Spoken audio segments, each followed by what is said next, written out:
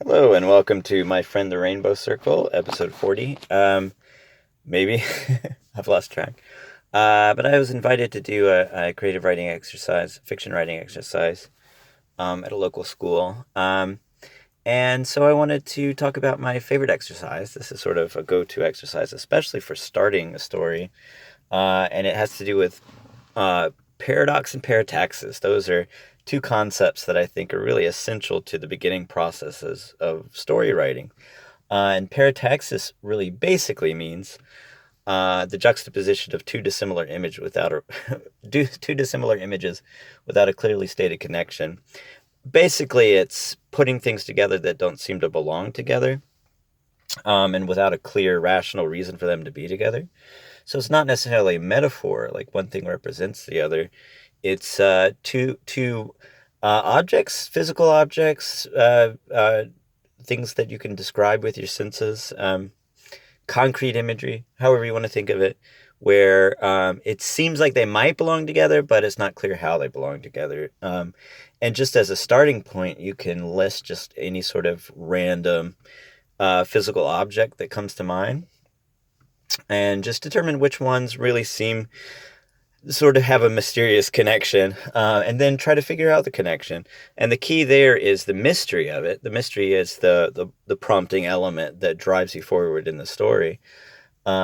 It's not the rational connection. If you have two elements where it's clear what the connection is, that reduces some of the visceral impact. Visceral just basically meaning the what gut level impact, the emotional impact, the sense of mystery. Even something really basic like two elements side by side seem like they might belong together, but it's not really clear why they belong together. And you can go from that to the paradox part of it, which is one of the best ways to really create a character just from scratch. If you think of just any sort of random characteristic, and that's why I think starting with the parataxis first and using that to inspire character, one of the first things you can identify about the character is what sort of motivation he or she has. And once you identify that motivation, figure out what is the opposite motivation. So somebody desires something, and you can really identify this with any kind of character. That just I had somebody, and when I did this before, mentioned Donald Duck, just as maybe trolling me. I don't know, but what does Donald Duck actually want? It seems like he gets mad at everything, but what he actually wants is serenity. Um, he wants to express his anger on the one hand, but he also wants quiet and calm and order. When that quiet and calm and order fail, he explodes. Just as a really basic example. So the starting point is looking at these concrete images that don't have a rational connection, but seem to have a mysterious connection, that just resonate just entirely personally, and branching from that to create some sort of character off of that. Um, Trying to how does this paradox, or how does this parataxis inspire some sort of character, then identify what the character's motivation is, and then identify what might be the opposite motivation. Let me see if this actually works. I always have magazines around because I do collage a lot. I have this magazine. I get these magazines from the library, so I have this magazine. It's Little Nas X. Fascinating image of Little Nas X, very very red with a little bit of orange. So if I just flip randomly to some sort of construction equipment, that kind of stands out. You can do it this way, or you could just list random objects. You can look at things around the room. I just flip randomly to Keith Urban, I think. Keith Urban with banjo. Now, construction equipment and country music, banjo, those kind of fit together. You could still, I mean, it's not truly irrational. You could still come up with a character inspired by that if you wanted to, but just for me, there's not a whole lot of mystery to it necessarily. The character I would come up with would be, somebody who worked in construction who goes into country music.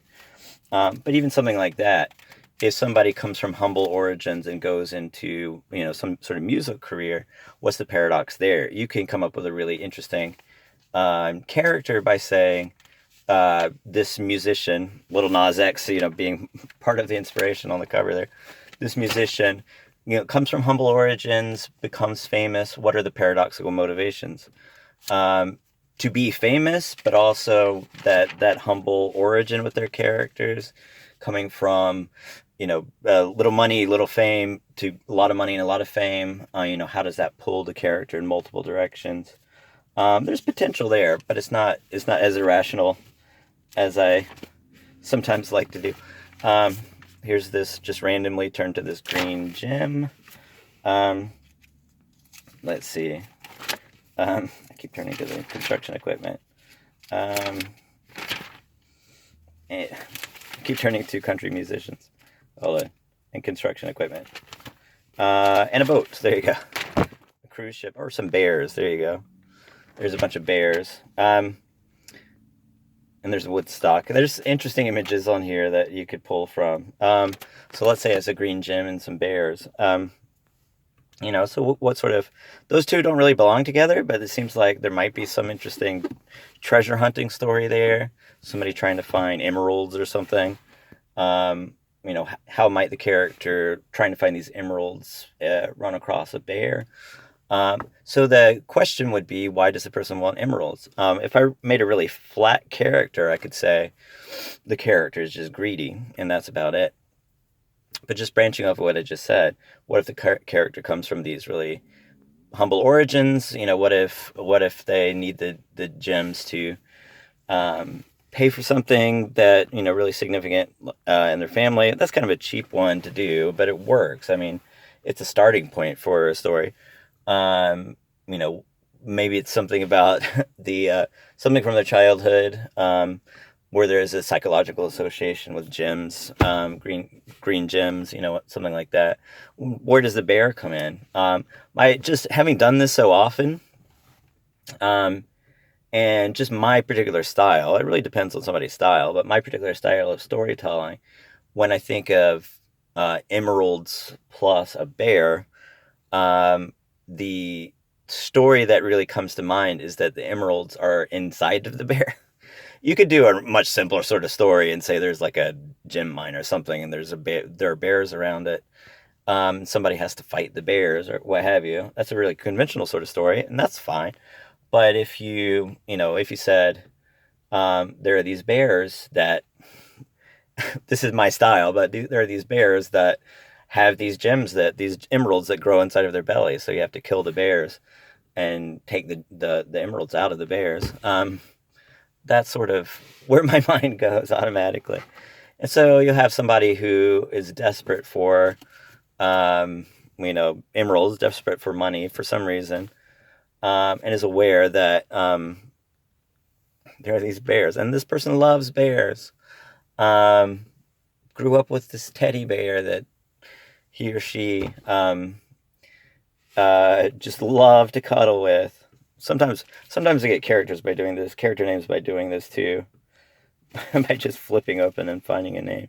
So the person's name that you got to be aware of copyright stuff though, of course, doing it this way. Probably want to change it. Adam Ferguson, there you go. Adam Ferguson, just a random name that I flipped to. Grew up with this teddy bear that he loved, and his parents told him about the legend of these bears that have emeralds in their bellies. And bears are his favorite creatures, and he grew up to become an ursologist, which is a fun word.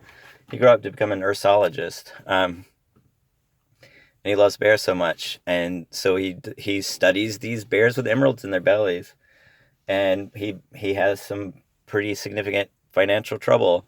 The only way he can solve it is killing these bears that he loves so much. Something like that. That's my style. I mean, you could do something a lot more realistic and normal. But that's just a starting point. You can do that sort of combination of things that don't seem to belong together and have sort of a mysterious connection with motivations that function as essentially the opposite motivations. You could put those 4 things together in a story and just see what naturally comes up. I mean, that's one of my favorite ways to really start a story. So that's my exercise. See you next time on My Friend the Rainbow